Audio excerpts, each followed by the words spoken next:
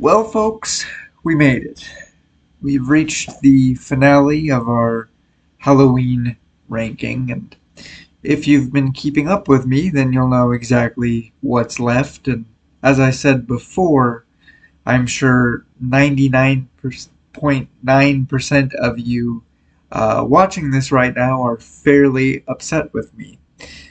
Nevertheless, I am here to proclaim in front of God and everybody that Rob Zombie's Halloween 2 is in fact my favorite of this franchise. This movie is quirky, it's different, it's weird, but that's exactly why I love it. Um, you know, I really can sense him sort of blowing the doors off of this thing, so to speak, in a creative sense.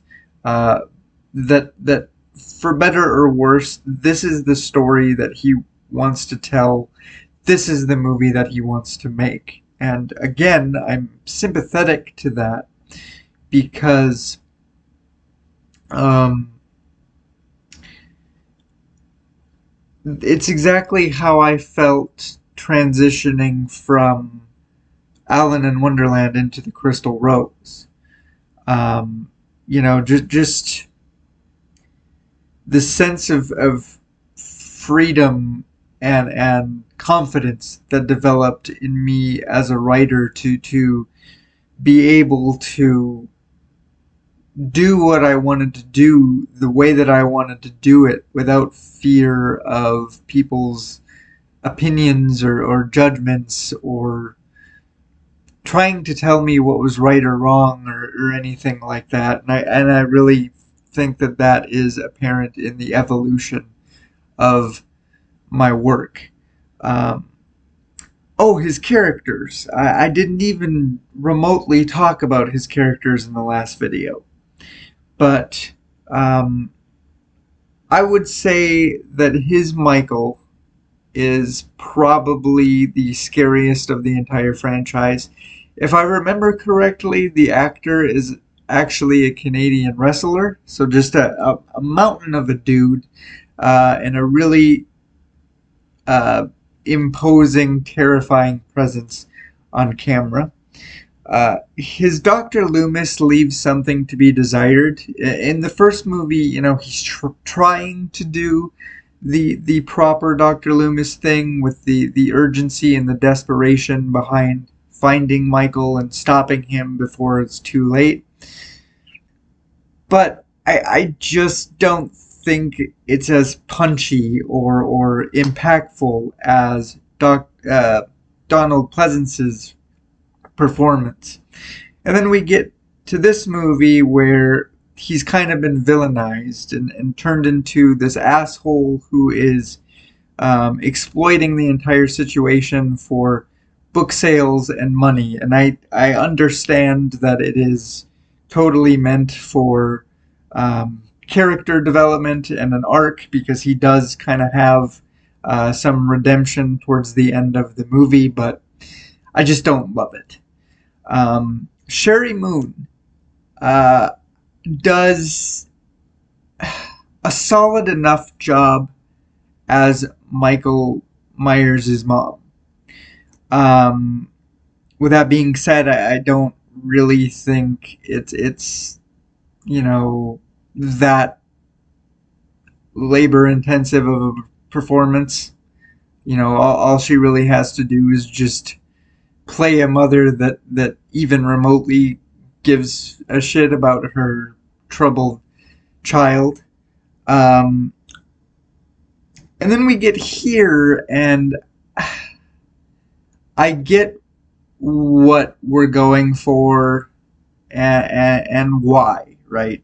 She's dead at this point. She is a figment of Michael's imagination, so she's supposed to come across as this sort of divine, ethereal, spiritual entity, very, very monotone and spooky. And like I said, I get it. But there's just something in the way that she's performing this that just doesn't quite click with me. And I think something is lost compared to when she was just portraying a normal human character. Uh, then we get to his Lori, who, in my opinion, this girl is his golden goose.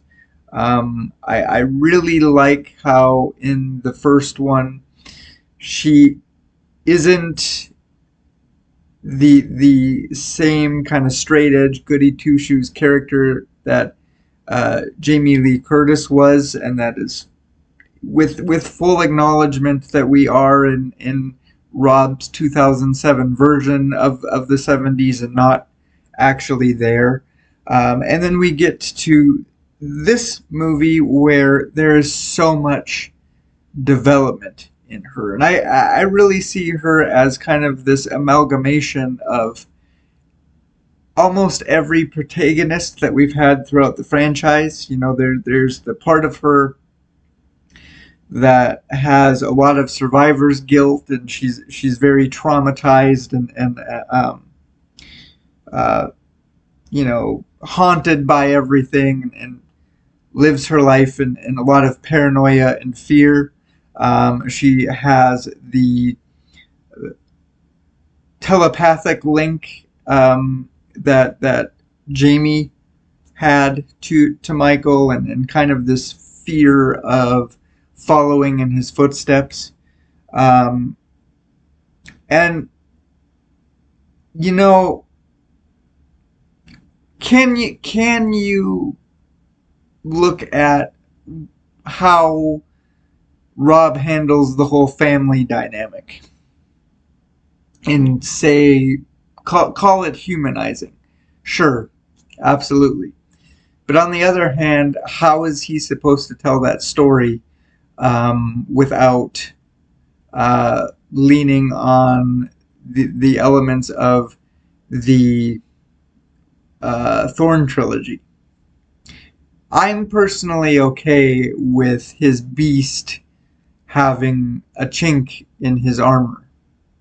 And you know, he presents it and plays with it in the first movie. Even having this 10-year-old version of Michael, you know, after he commits such heinous, grisly murders, he still has enough love and compassion and softness in him to immediately go to his baby sister and comfort her and everything like that, and shows that he does in fact have a lot of love for his family, and that's the driving force behind everything. And I'm okay with that.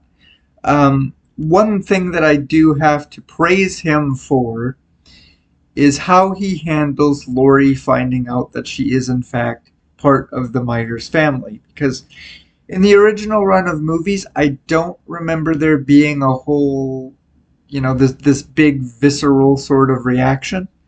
I recall it kind of being brought across to us, the audience, by Dr. Loomis, and then I think Lori is kind of told in passing later, and it's just very. They don't really do a whole lot with it, and then it just kind of becomes fact. It just becomes lore, something that everybody knows. But here, you know, what he does with it is, you know, it's bad enough to find out the way that she does by reading Dr. Loomis's book.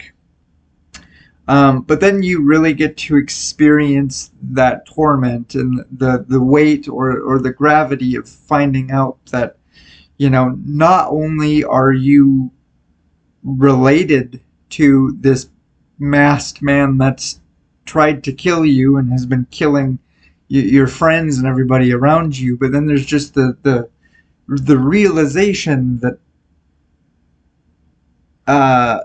you know, everything you know about yourself is a lie. Your entire life is a lie, and now all of a sudden, stripping all of that away, you have no real idea who you are. And he just does a really good job of showing all of that and then adding it to this character that is already a mess that just does not need any more on her plate. And I don't know. I thought it was a really interesting, kind of concise way to wrap everything up. He didn't make 6 of these movies because there was just no need to. And I don't know. I guess the advice that I would give to somebody who either, I guess, hasn't watched these or doesn't like them would just be try to watch them for what they are instead of what they're not, or what they're supposed to be in your mind, right? That's not saying that somebody couldn't do that and still see trash. And I'm not, like I said, not trying to defend it, not trying to change your mind. I'm just saying that I don't think these movies are as bad as everyone says they are. Obviously, I think my ranking list reflects that, but just, I don't know. I'm a fan. I'll say that unapologetically, and, you know, whatever. Come for me if you want to, or don't. I don't really care. But that is going to wrap this video up, guys. So as always, thanks for watching. Take care of yourselves, and I'll catch you in the next one.